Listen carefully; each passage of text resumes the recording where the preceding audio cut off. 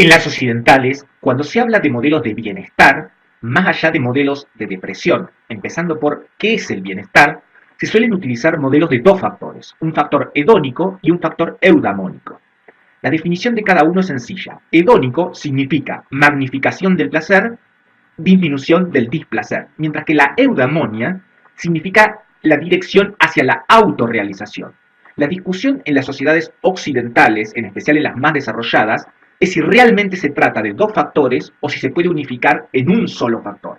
De eso se han ocupado los estudios que vamos a citar a continuación.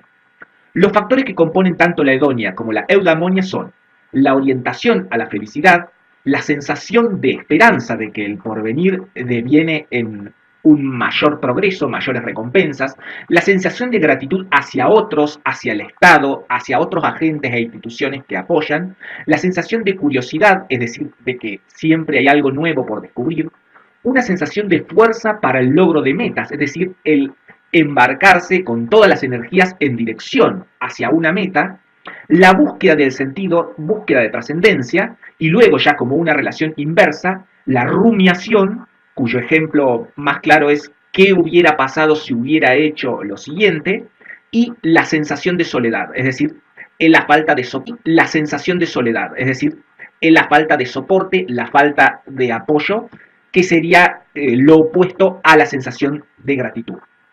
Se ha encontrado en estudios multiculturales que han tomado como análisis de las distintas regiones geográficas la clasificación por clústeres que hace la CIA. La Agencia Central de Inteligencia de Estados Unidos tiene una clasificación en 7 grupos de los países del mundo y se ha hecho un metaanálisis siguiendo estos 7 grupos acerca de qué manera convergen la hedonia y la eudaimonia en estas diferentes regiones. Y hay 2 regiones en el mundo donde más dispares se encuentran la hedonia y la eudaimonia, que son Latinoamérica y el sudeste asiático, donde no hay tanta relación entre la búsqueda del hedonismo, de la maximización del placer, con la búsqueda de la autorrealización.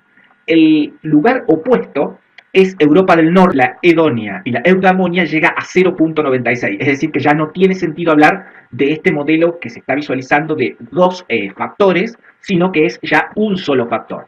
Si recuerdan la pirámide de Maslow acerca de los factores de búsqueda de motivación de las personas, en la pirámide se encuentra la autorrealización y en las partes más bajas se encuentran las necesidades más básicas. La distinción de 2 factores se relaciona en cierta manera con las partes bajas y las partes altas de la pirámide de Maslow. El hecho de que haya un solo factor quiere decir que ya las partes más bajas de la pirámide, las necesidades más básicas, están tan cubiertas que las partes más altas ya las encapsularon.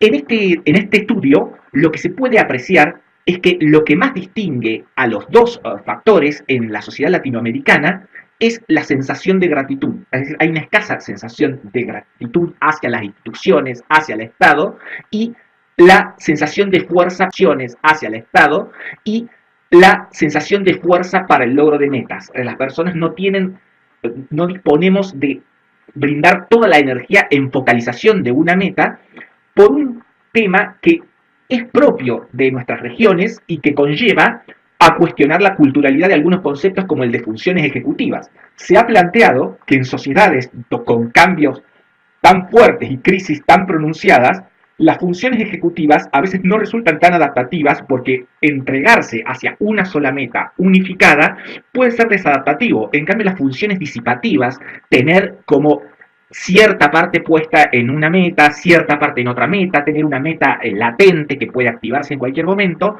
es decir, disipar un poco las energías de la persona, puede tener sentido.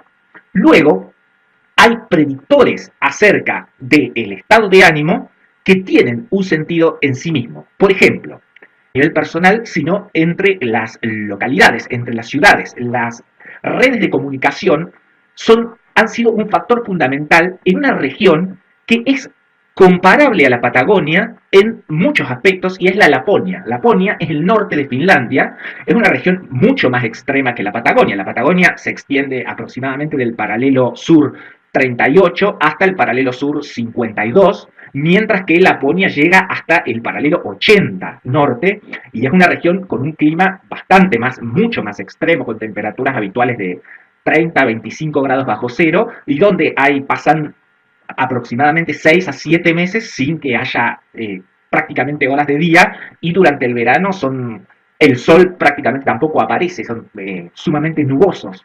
También en Islandia se ha trabajado con lo siguiente y se han embarcado políticas para afrontar lo que se llamó el trastorno afectivo estacional. Tiene hasta una entidad en sí misma que fue estudiada en todo el mundo. El trastorno afectivo estacional era la depresión que producían los meses durante los cuales en esos países se encontraban en una noche. Ahora bien, la Patagonia tiene condiciones para que se realice un estudio de su estado de ánimo también en particular y se la aborde de forma particular. El estado de ánimo influye en las funciones ejecutivas y ya hemos visto que tanto la motivación como las interpretaciones de las emociones y las expectativas están anidadas dentro del estado de ánimo. Entonces, hay que analizar en particular las condiciones de la Patagonia para conocer de qué manera el estado de ánimo influye en variables que luego se van a considerar psicológicas. Esas variables, decíamos, la incomunicación entre localidades, en estos países escandinavos se ha abordado de una forma muy directa y contundente. Un ejemplo muy claro es que no hay ninguna zona en Islandia que esté incomunicada con otra, ya sea por una ruta que esté en muy buen estado o por una conexión a internet muy fuerte, a la vez que es una zona volcánica de fuerte actividad, sensores volcánicos y de actividad de terremotos, son terremotos más pequeños pero que afectan el movimientos volcánicos. Cada lugar, cada campesino está conectado con otro y tiene un sensor que lo vincula a otras personas y puede predecir lo que va sucediendo. A la vez, las particularidades geográficas de la zona son aprovechadas para la disposición de las pequeñas urbanizaciones que existen. En esas zonas no hay ciudades grandes, sino más bien pequeñas comunidades distribuidas. Recordemos que en Islandia, excepto Reykjavik, prácticamente no hay otra ciudad, que Flavik puede ser la segunda con 50.000 habitantes y luego ya son dispersiones de habitantes.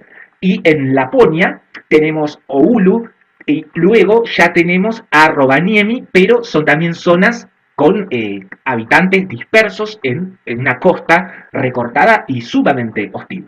Entonces, la comunicación fue uno de los aspectos principales que se abordaron. El segundo aspecto fue la luminosidad, es decir, el embellecimiento. Cada lugar se trabajó mucho para que presente un aspecto muy atractivo en su arquitectura y en su luminosidad, para que les resulte a las personas bonito el ambiente en el que se desempeñan. Y eso impactó en las instituciones, en especial en las instituciones de educación y de salud.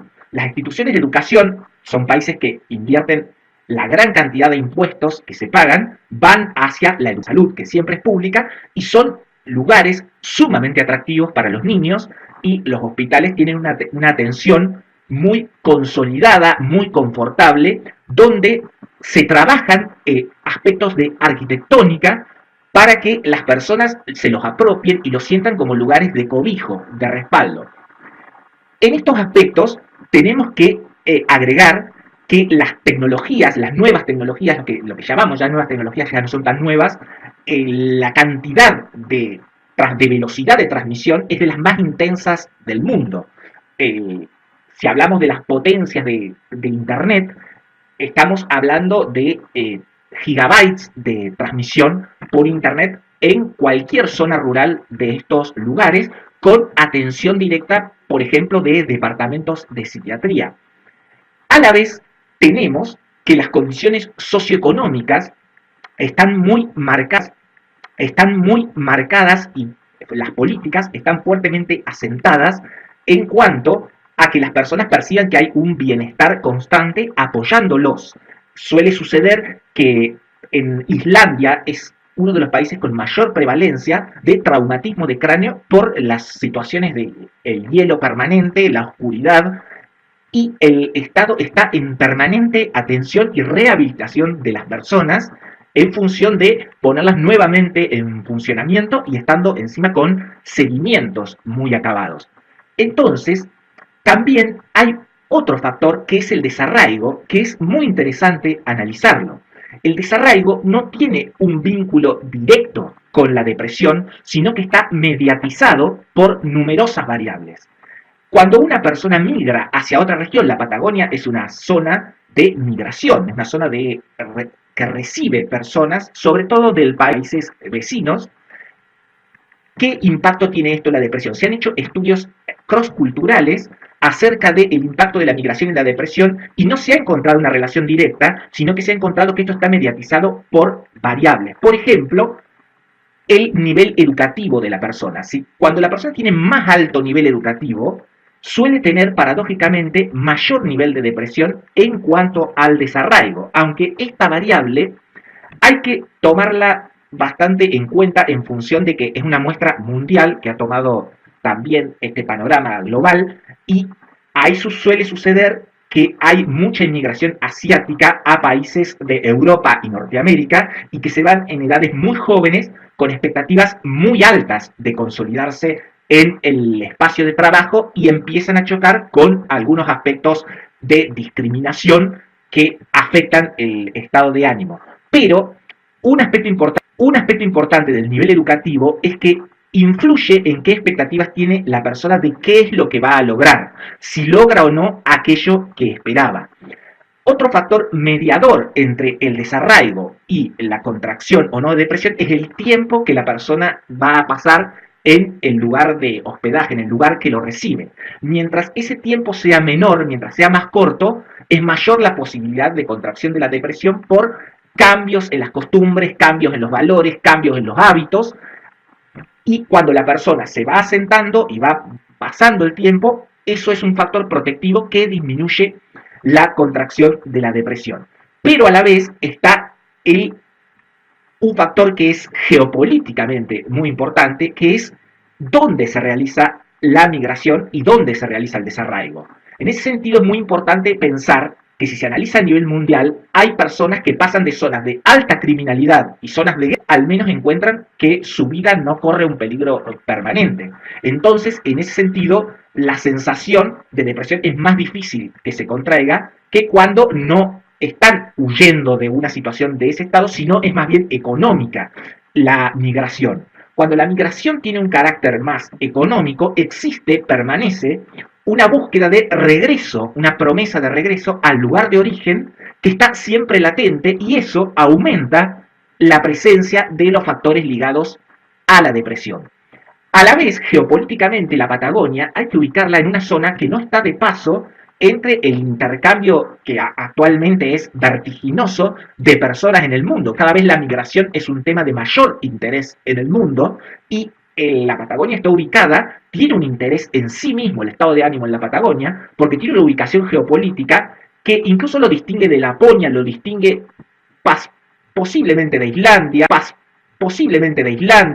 quizás de Nueva Zelanda, porque está en una región que no está de paso, pero a la vez socioeconómicamente tiene un estatuto en las escalas de índice de desarrollo humano de las Naciones Unidas muy inferior hacia esas zonas que tienen una posibilidad de desplazamiento y de viajar mucho mayor y a la vez están integradas como Australia o Nueva Zelanda a la comunidad británica de naciones, mientras que la Patagonia es una zona que está incluso hasta pobremente integrada al resto de su país, que es Argentina. Entonces, tiene un sentido en sí mismo, tiene un fuerte sentido, el estudio del estado de ánimo en la Patagonia, en especial también se podría decir en los jóvenes de la Patagonia. ¿Qué sucede con la producción del estado de ánimo de los jóvenes en la Patagonia? Es necesario conocerlo con una investigación seria, empírica, que vaya al campo y que tome medidas rigurosas